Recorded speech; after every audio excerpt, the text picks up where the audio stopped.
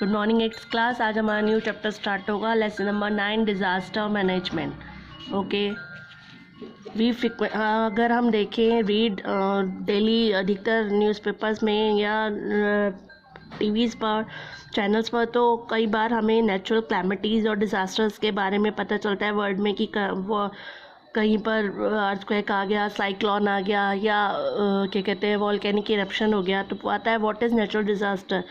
क्या होता है, नेचर जो है प्रोवाइड कराती है हमारे अर्थ के ऊपर बिगेस्ट, इतने सारे ह्यूमंस भी रहते हैं, यानी इन जितने भी प्लैनेट्स हैं उसमें से केवल अर्थ पर लाइफ पॉसिबल है। तो ये जो हमारी अर्थ है ये हमारा बिगेस्ट सोर्स है, पर इस अर्थ के ऊपर भी कभी भी कुछ भी नेचर जो है नेचुरल प्रॉब्लम्स आ जाती है जिनको हम नेचुरल हज़ार्ड्स कहते हैं, जैसे कि अर्थक्वेक आ जाना, फ्लड, ड्रॉट, साइक्लोन, लैंडस्लाइड हो जाना। ये सब अचानक नेचुरली अपने आप आ जाता है, तो इनको हम नेचुरल हज़ार्ड कहते हैं। बट जब ये हज़ार्ड बहुत ज़्यादा डिस्ट्रक्शन करता है, यानी बहुत ज़्यादा लोग जब नेचुरल कुछ चीज़ होती है, अर्थक्वेक आया, कुछ नुकसान नहीं हुआ, देन वो नेचुरल हज़ार्ड कहलाता है, क्लाइमेटीज़ कहलाता है। पर जब बहुत ज़्यादा नुकसान होता है लाइफ का, प्रॉपर्टी का, तो हम उसको नेचुरल डिज़ास्टर कहते हैं।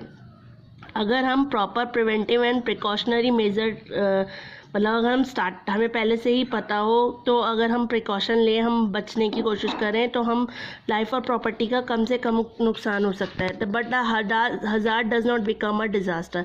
तो ये हज़ार्ड डिज़ास्टर नहीं बन सकता। पर अगर हमें पता ही ना और बहुत ज़्यादा एकदम ही कोई नेचुरल क्लैमिटीज़ आ जाए, बहुत ज़्यादा चीज़ों लाइफ का, प्रॉपर्टी का विनाश हो जाए, तो देन उसको हम डिज़ास्टर ही कहेंगे। एनी नेचुरल डिज़ास्टर, किसी भी डिज़ास्टर को आप पहले से ही पता नहीं चल सकता, आप इसके बारे में पहले नहीं बता सकते। पर डिज़ास्टर की वजह से कई बार जो सर्विसेज है हमारे daily services, health care, electricity, water, garbage, transportation, communication, इन सब पर सीधा इफेक्ट पड़ता है। इनकी वजह से हेल्थ, सोशल, इकोनॉमिक नेटवर्क और सोशल कम्युनिटीज़ एंड कंट्री, इन पर सीधा, इन नेचुरल क्लैमिटीज़ की वजह से सीधा इफेक्ट इन चीज़ों पर पड़ता है। डिज़ास्टर जो है मेजर लॉन्ग टर्म इम्पैक्ट डालता है पीपल पे, और काफ़ी लंबे समय तक इसका प्रभाव दिखाई देता है। अगर इम्प्रॉपर प्लान्स होते हैं रिलीफ एक्टिविटीज़ के लिए, तो ये हज़ार्ड से डिज़ास्टर बनते इसको टाइम नहीं लगता है, बहुत सारा नुकसान होता है। पर लोकल और रीजनल, नेशनल और इंटरनेशनल ऑर्गेनाइजेशन जो है आजकल हैंड से हैंड मिलाकर ह्यूमंस को बचाने के लिए ऑर्गेनाइजेशंस बन रही हैं, जिससे कि नेचुरल क्लैमिटीज़ का तो कुछ नहीं पता, पर अगर ये हो जाए तो इससे कैसे बचा जा सके। ईच ऑफ दीज ऑर्गेनाइजेशन, हर ऑर्गेनाइजेशन, इनको हम has a disaster management plan, हर ऑर्गेनाइजेशन एक मैनेजमेंट प्लान रखती है इन डिज़ास्टर से बचने के लिए। ये प्लान्स हमें कवर कराते हैं, यानी हमें बचाते हैं। उस समय अगर संकट आ जाए कोई तो क्या करें, कैसे रिलीफ हमें मिलेगा, कैसे हमारी रिकवरी की जाएगी। अब जैसे सबसे पहले आता है अर्थक्वेक। अर्थक्वेक क्या होता है मालूम है, हमारा जो अर्थ है वो 16 to 17 टेक प्लेट्स पे बना है। जब ये प्लेट्स आपस में रब करती हैं, रब यानी एक दूसरे से रगड़ खाती हैं, तो टेक्टोनिक मूवमेंट्स होती हैं, टेक्टोनिक प्लेट्स होती हैं, तो देन अर्थ शेक करने लगती है, जिसको हम अर्थक्वेक कहते हैं। आपको मालूम है अर्थ की 3 लेयर है, क्रस्ट, मेंटल, कोर। हाँ, तो जब अर्थ जो है वो प्लेट्स पर बनी है, जब ये टेक्टोनिक प्लेट्स आपस में रब करती हैं एक दूसरे से, तो अर्थ जो है शेक करने लगती है, जिसको हम अर्थक्वेक कहते हैं। इसका इम्पैक्ट क्या कहते हैं इस तरह पड़ता है कि जब अर्थक्वेक आता है, धरती हिलती है, अर्थ शेक होती है, तो जो उस पर खड़े पेड़ होते हैं, पोल्स होते हैं, यहाँ तक कि बिल्डिंग्स होती है, वो बिल्कुल नीचे गिर जाती हैं, अर्थ टूट जाती है, ब्रेक हो जाती है, लाइक दिस। आपको दिखाई दे रहा है? यस, ये स्ट्रेच यानी जैसे फ़ोन में वाइब्रेशन होती है, ऐसे पहले धीरे धीरे वाइब्रेशन आती हैं और अर्थ बहुत तेज़ी से शेक करने लगती है, और अर्थ के ऊपर जितनी भी चीज़ें वो भी हिलने लगती हैं। इन वाइब्रेशंस को हम सेस्मिक वेव्स कहते हैं। सबसे पहले जो स्टडी करता है अर्थक्वेक की, यानी जो scientist study of earthquake is called seismology, जो स्टडीज़ करते हैं अर्थक्वेक की उनको हम सेस्मियोलॉजी कहते हैं। और जो साइंटिस्ट जो स्टडीज़ करते हैं साइंटिस्ट, उनको हम सेस्मियोलॉजिस्ट कहते हैं। समझ में आएगा? जो अर्थक्वेक की स्टडी करना होता है उसको हम कहते हैं सेस्मियोलॉजी, और जो साइंटिस्ट होते हैं उनको बोलते हैं सेस्मियोलॉजिस्ट।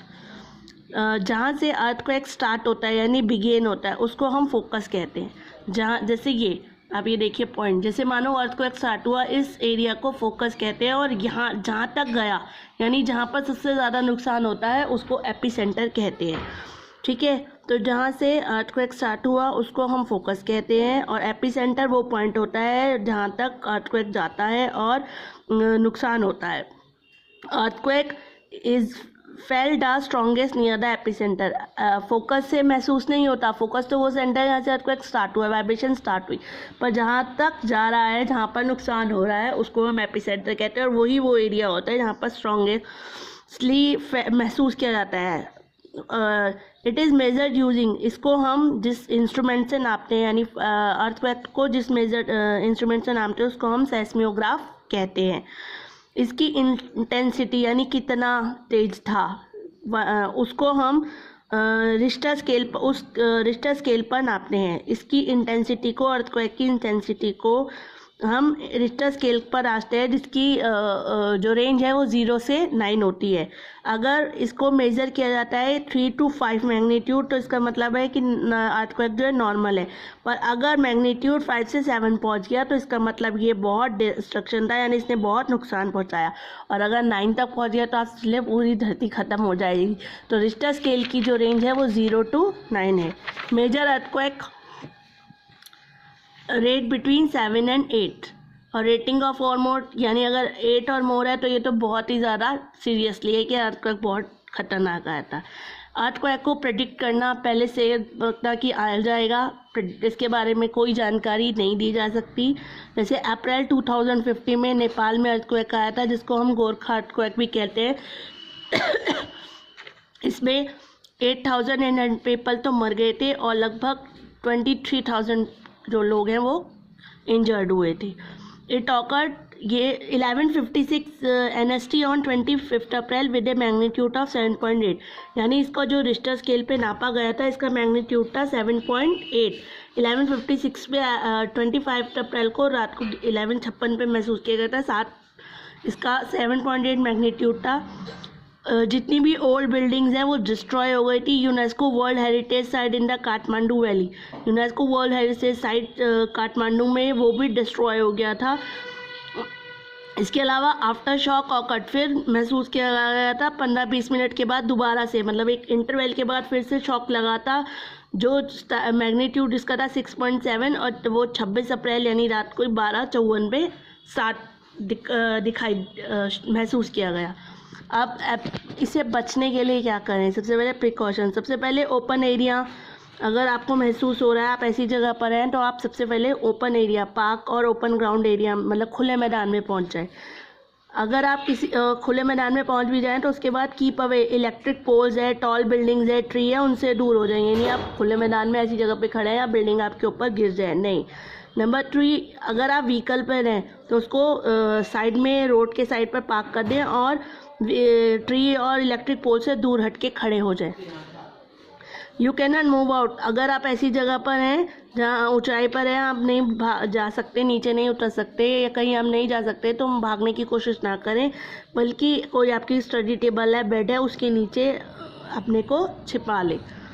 नेवर, उस ऐसे समय में लिफ्ट का यूज़ नहीं करना चाहिए क्योंकि इलेक्ट्रिसिटी चली जाती है। हमेशा सीढ़ियों का यूज़ करके ही नीचे की तरफ आएँ।